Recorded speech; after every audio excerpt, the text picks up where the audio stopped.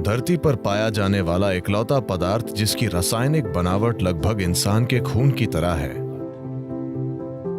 अगर इसका यूं ही सेवन किया जाए तो इसका एक तरह से असर होता है, अगर इसका सेवन ठंडे पानी के साथ किया जाए तो इसका असर अलग होता है।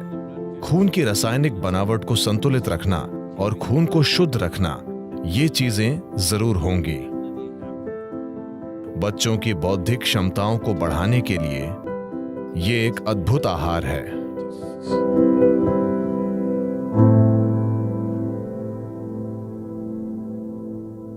कर्नाटक में कुछ जनजातियां हैं जिन्हें जेनु कुर्बा कहते हैं। जेनु कुर्बा यानी वे शहद इकट्ठा करते हैं। कुछ समय पहले मुझे उनके साथ कुछ समय के लिए रहने का मौका मिला था। उनका आहार कुछ ऐसा है। सुबह सबसे पहली चीज एक बांस का गिलास, यानी बांस की टहनी इस तरह से कटी हुई, इसमें करीब 3/4 लीटर शहद आ जाता है। सुबह 3/4 लीटर शहद, बस यही आहार है। आप सुबह 3/4 लीटर शहद पीते हैं और फिर आप जंगल में चले जाते हैं। एक दिन में आप आसानी से 30 से 40 किलोमीटर चलते हैं और आप कम से कम 50 पेड़ों पर चढ़ते और उतरते हैं, ऊपर नीचे, और शाम तक कुछ और नहीं खाते। छत्ते से शहद निकालते वक्त जो भी आपके हाथों में लगता है आप उसे चाट लेते हैं। तो एक दिन में आप लगभग 1-1.5 लीटर से ज्यादा शहद पी रहे हैं। जब आप शाम में वापस आते हैं तो कुछ अनाज होता है, आमतौर पर इसे जोला कहते हैं। ये ज्वार है, ये मक्के जैसा होता है, मक्का या रागी या ऐसा ही कुछ। उनका रोज का मुख्य भोजन शहद है और आप ये 3/4 लीटर शहद पीते हैं और पूरे दिन इतने सक्रिय रहते हैं, लेकिन भूख नहीं लगती। वे बस वैसे ही ऊर्जा से भरे रहते हैं। वे इस पर ही जीते हैं। उन्हें शहद चरवाहा कहते हैं। शहद ही उनका आहार है। शहद उन सबसे अच्छी चीजों में से एक है जिनका आप सेवन कर सकते हैं। मानसिक स्थिरता, शारीरिक खुशहाली, जीवन शक्ति, इन सभी चीजों को काफी हद तक बढ़ाया जा सकता है सिर्फ रोजाना शहद के सेवन से।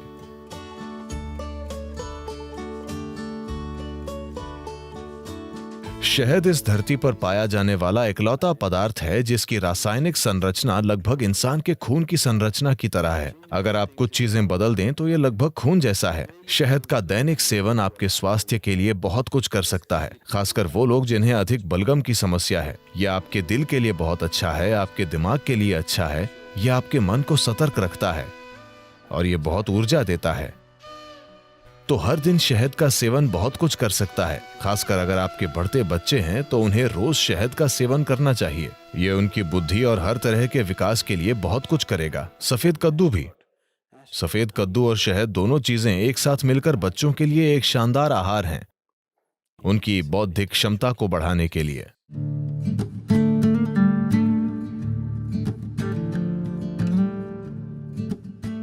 अगर आप शहद को पकाते हैं तो वो जहरीला बन जाएगा। शहद को पकाया नहीं जाना चाहिए। मुझे पता है कि लोग इसे बेक कर रहे हैं, इसे केक और दूसरी चीजों में पका रहे हैं। ये करने के लिए अच्छी चीज नहीं है। अगर आप इसे पकाते हैं तो शहद का कुछ हिस्सा जहरीला हो जाता है।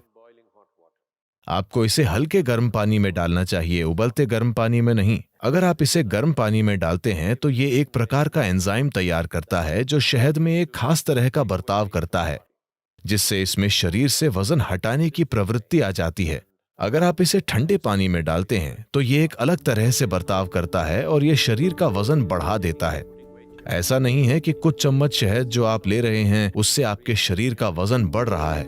आपके सोखने की दर ऐसी हो जाती है कि आपका वजन बढ़ सकता है। तो शहद के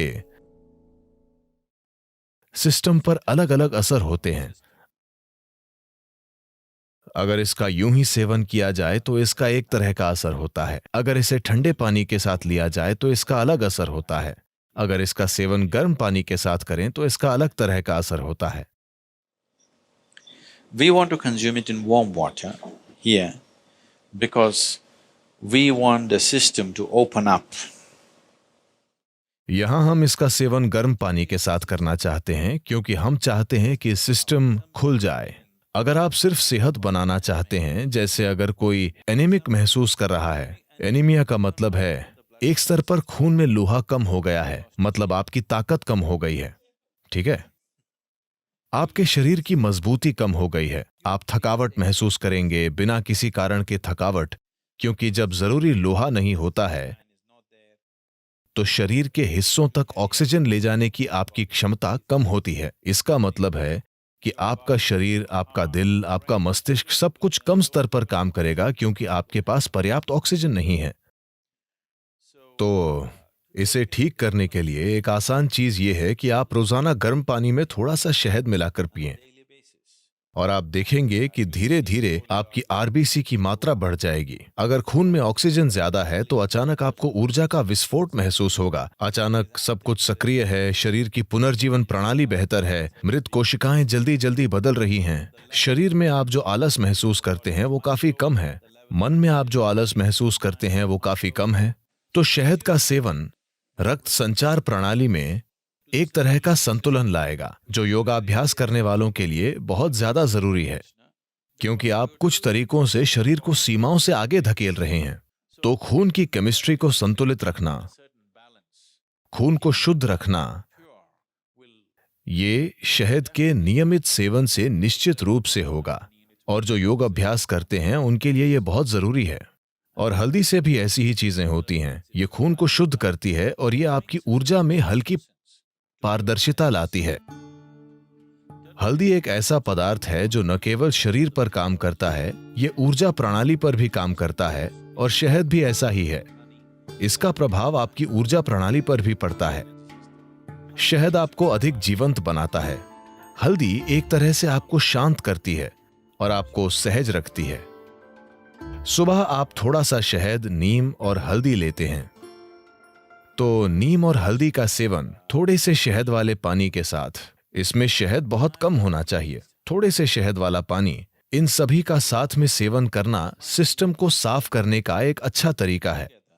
Acts as a wonderful way of cleansing the system. इससे सिस्टम में फैलाव आता है, ताकि जब आप साधना करते हैं तो एक चीज ये है कि ये मांसपेशियों में लचीलापन लाता है।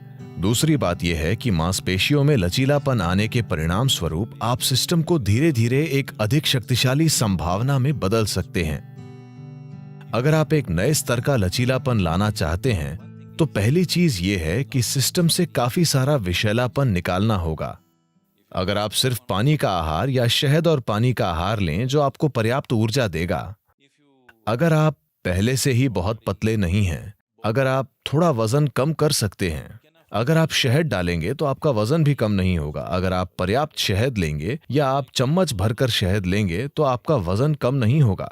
अगर आप 7-8 दिनों तक ये करते हैं तो शरीर से बहुत सारा विषैलापन बाहर निकल जाएगा। अगर आप ऐसा करते हैं तो आप पाएंगे कि अचानक आपका शरीर कहीं ज्यादा लचीला हो गया है। प्रयोग करके देखिए, इस पर विश्वास मत कीजिए। तो शहद एक महत्वपूर्ण भूमिका निभाता है। जो लोग यौगिक अभ्यास कर रहे हैं उनके लिए शहद का सेवन अच्छा है।